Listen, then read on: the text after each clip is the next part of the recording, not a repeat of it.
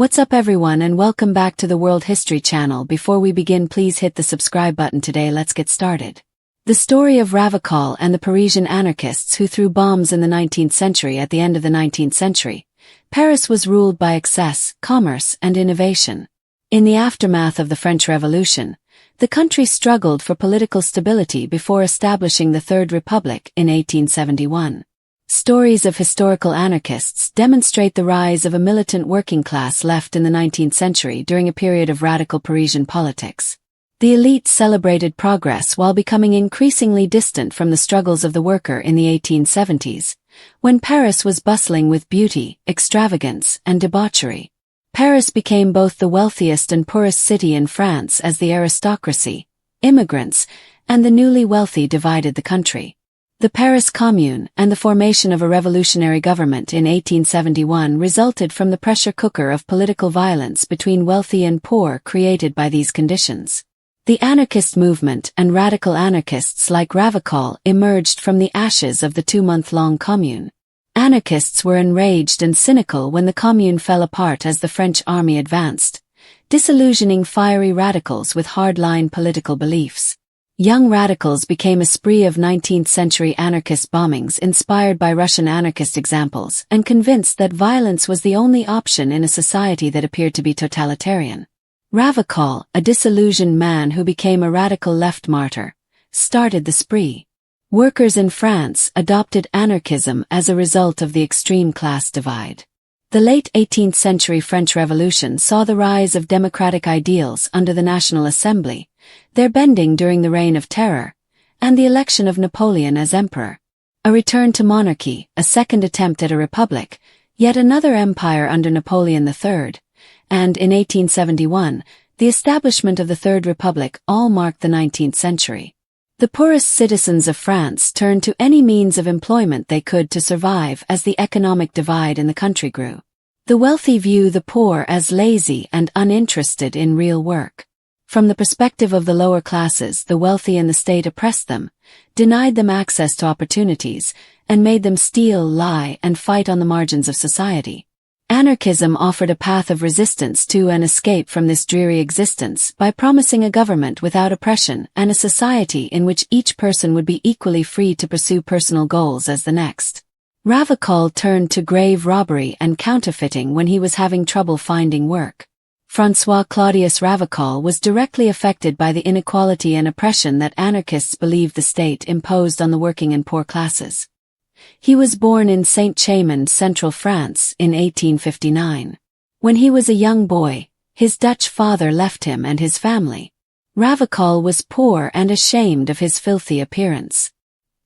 He was raised Catholic, worked odd jobs, and turned to anarchism for solace as his periods of unemployment grew longer and longer. He made a living by playing music, selling alcohol on the black market, robbing graves, and making counterfeit goods. In 1891, out of desperation, he killed a hermit, and it haunted him ever since. Ravachol is said to have been arrested for the alleged murder of an elderly hermit in Montbrison, a nearby town, in 1891, when he was 32 years old. It is alleged that he committed the crime in order to steal the hermit's small fortune, which was worth £600 in 1891 and £69,957 and 30 pence in 2016, or $90,636.68 in 2016. Ravachol fled to Paris after escaping police custody while being transported in a wagon. After his bombings, this crime became a focus of his investigation. It's possible that the court and crime papers pinned his earlier alleged crimes on him. In 1892, the court tried Ravachol twice because they really wanted to make an example of him.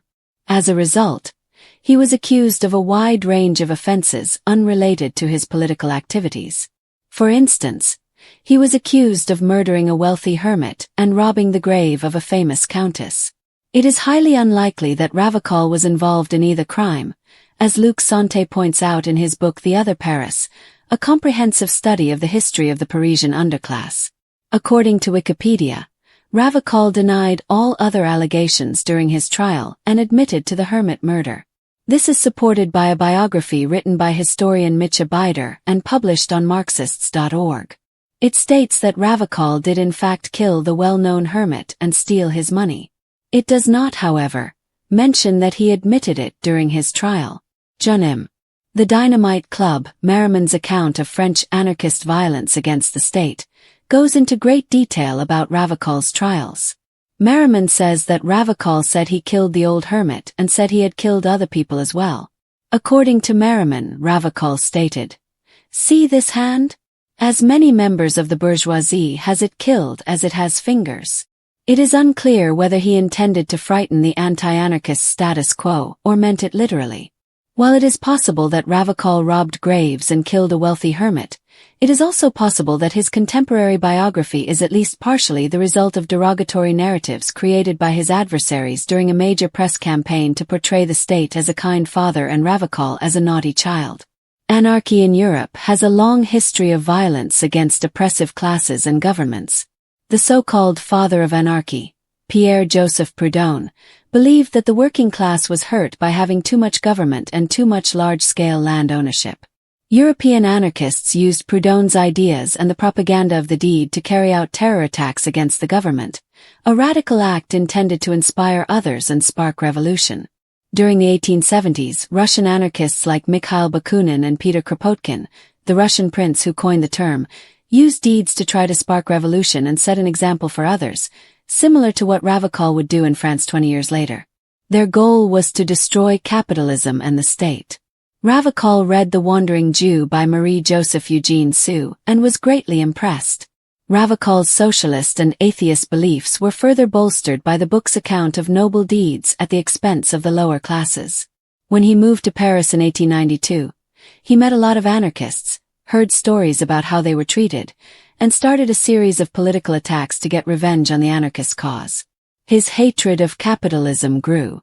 The first act of Ravachol's anarchist assassination was directed at judges who were harsh on his peers. On May 1, 1891, a shootout erupted between police and anarchists in Clichy, an urban area adjacent to the 17th arrondissement in northwest Paris. For unknown reasons, what began as a demonstration ended in violence. Judges who lacked compassion sentenced 2 of the anarchists who were involved in the incident to lengthy prison terms.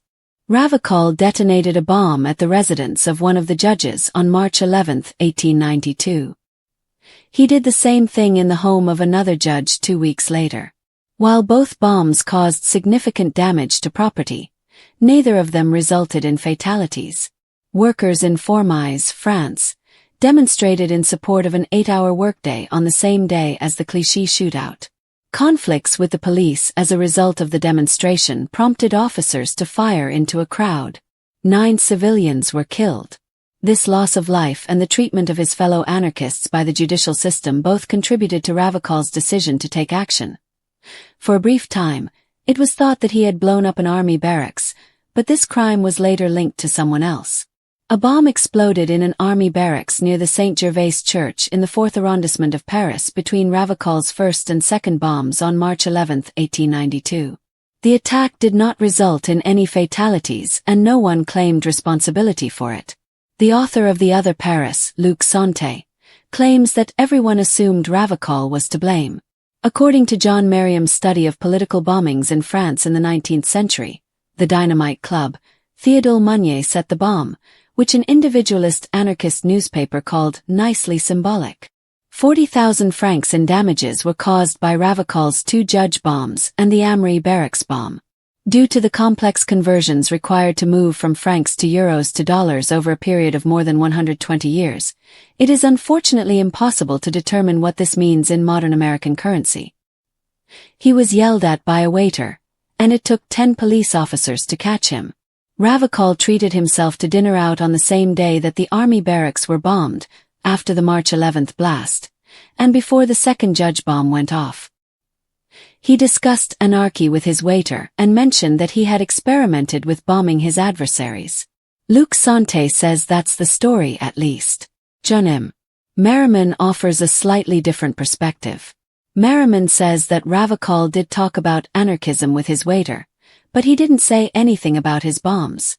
Rather, the waiter saw some scars on his hands and did a bit of amateur detective work. The brave server contacted the police after putting things together for himself.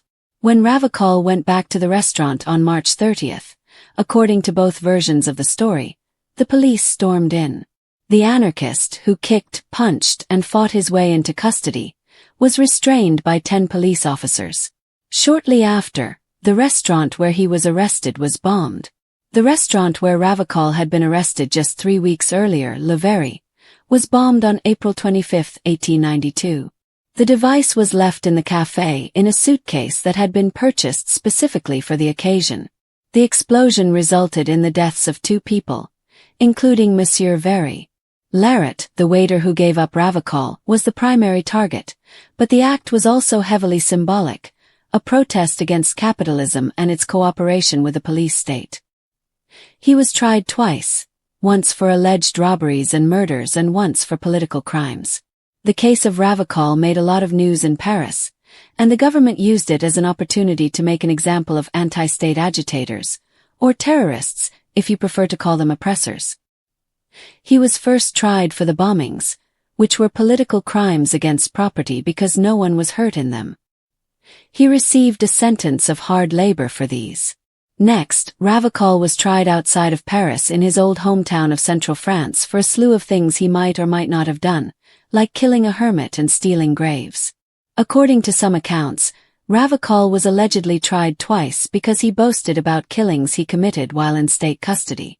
In court, Ravachol was accused of a long list of unsolved crimes, none of which could be realistically linked to him, Luc Santé says. In order to ensure nasty crimes stuck, and he went to the guillotine. Ravachol was brought in on whatever charges could be found. He yelled, "Viva Anarchy!" as he was sentenced to death. While being taken out of court, Ravachol made an effort to give a speech at his trial about his actions and the reasons behind them, but he was interrupted after only a few words. The only thing he said in response to his death sentence was either "Vive la Révolution" or "Vive l'Anarchie." His punishment, a date with the guillotine, was the stuff of French legend. The state cut off Ravachol's head on July 11, 1892.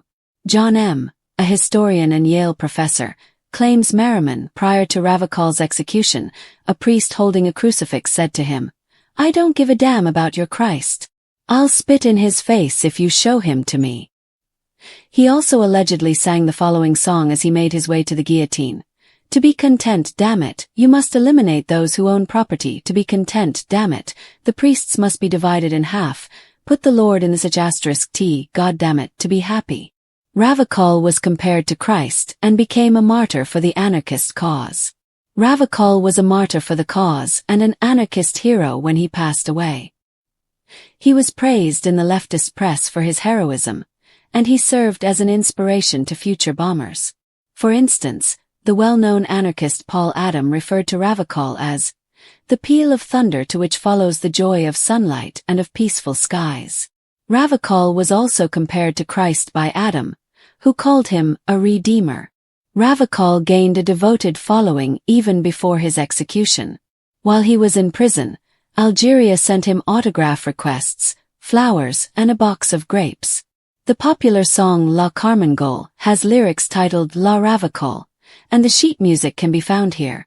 There was a rumor that a man at a posh restaurant told the owner that he didn't have any money but that his friends were anarchists who would blow up the place if he got hurt. The owner then gave the man a bottle of champagne. Auguste Vaillant, a fellow anarchist, set off a bomb in Ravachol's name at the Paris House of Deputies.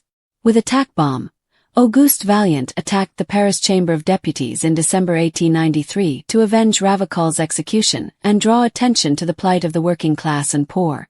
Vaillant was a worker without a job who couldn't support his family, and had been living on the streets by himself since he was 12 years old. He wasn't particularly good at making bombs, and the one he used did very little damage, killed no one, and injured 20 workers in minor ways. After a brief trial, he was caught immediately and executed by guillotine.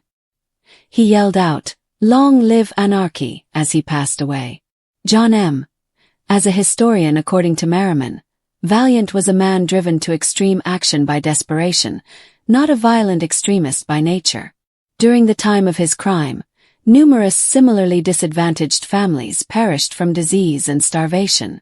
Public opinion views Valiant as a bourgeoisie victim and a man motivated by Ravachol's actions to start a war against the middle bureaucracy, which is content to let the underclass suffer for its own comfort.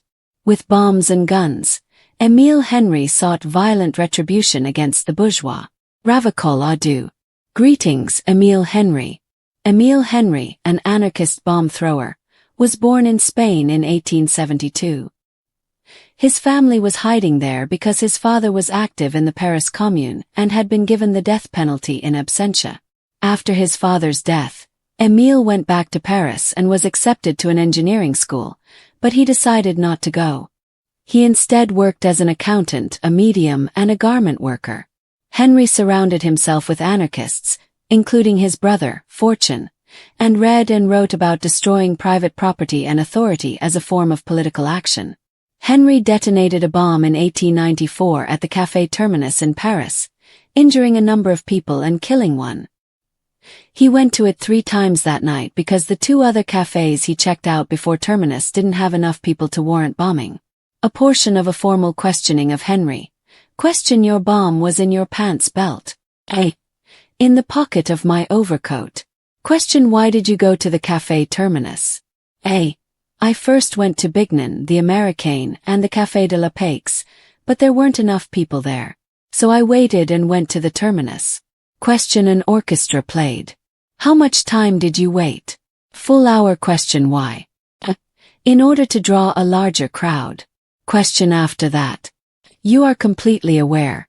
Question: I'm contacting you. A. My cigar was thrown away. I threw the bomb from the doorway as I left the cafe after lighting the fuse and taking it in my hand. Do you despise the human condition? No, the bourgeois lifestyle. Question: everything you did saved your own life. A yes, so that I could restart. Question: you ran into a waiter as you left. You were detained by another Etienne later and he told you, I've got you, you wretch. You responded, not yet. Then what did you do? Or I shot at him. Question: he slipped. What were you saying? A. That I didn't have a better revolver, and that he was fortunate. Question: following that, a hairdresser detained you. What were you up to? A. I used the revolver to kill him. Henry was not the first to drop a bomb. He sent a mail bomb to the offices of a mining company when he was 20 years old. It was deemed suspicious and taken to a police station. It exploded there, killing 6 people. Laurent Tailhade, an anarchist and satirical poet, wrote, "Of what importance are a few vague people if the gesture is beautiful?" in response to the bombing of the Terminus. After that bombing, Henry was taken into custody, admitted to carrying out a number of other attacks that were similar, and it was discovered that he was planning additional attacks for which he had the materials in his room. May 21, 1894 saw his guillotine execution. The assassination of the French president marked the culmination of the anarchist violence wave. Many Parisians were frightened by the anarchist bombings of the 1890s. A number of potential victims stopped going out on leisure time and chose to stay at home rather than risk going to restaurants or cabarets.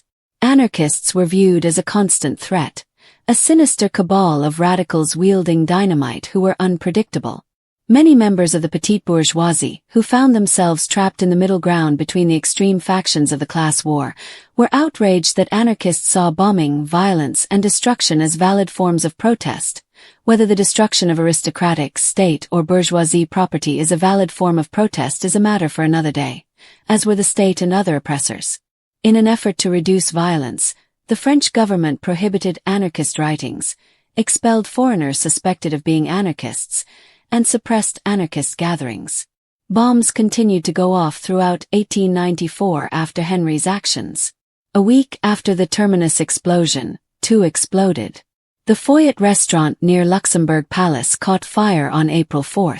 Sante Geronimo Caserio, an Italian anarchist, killed Marie-Françoise Sadi Carnot, the President of the French Republic, with a knife on June 24. The United States of America and Great Britain's immigration laws were altered as a result of anarchist violence in continental Europe.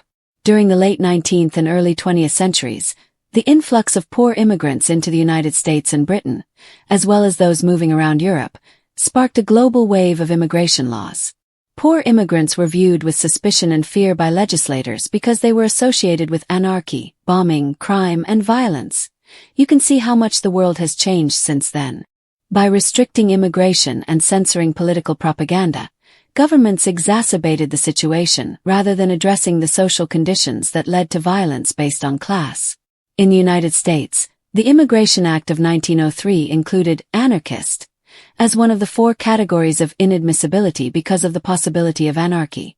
In the image above, communists and anarchists are seen being rounded up at Ellis Island in anticipation of being deported. For the first time in its history when the country was not in war, Great Britain began limiting immigration in 1905, in part due to the rise of anarchist activity.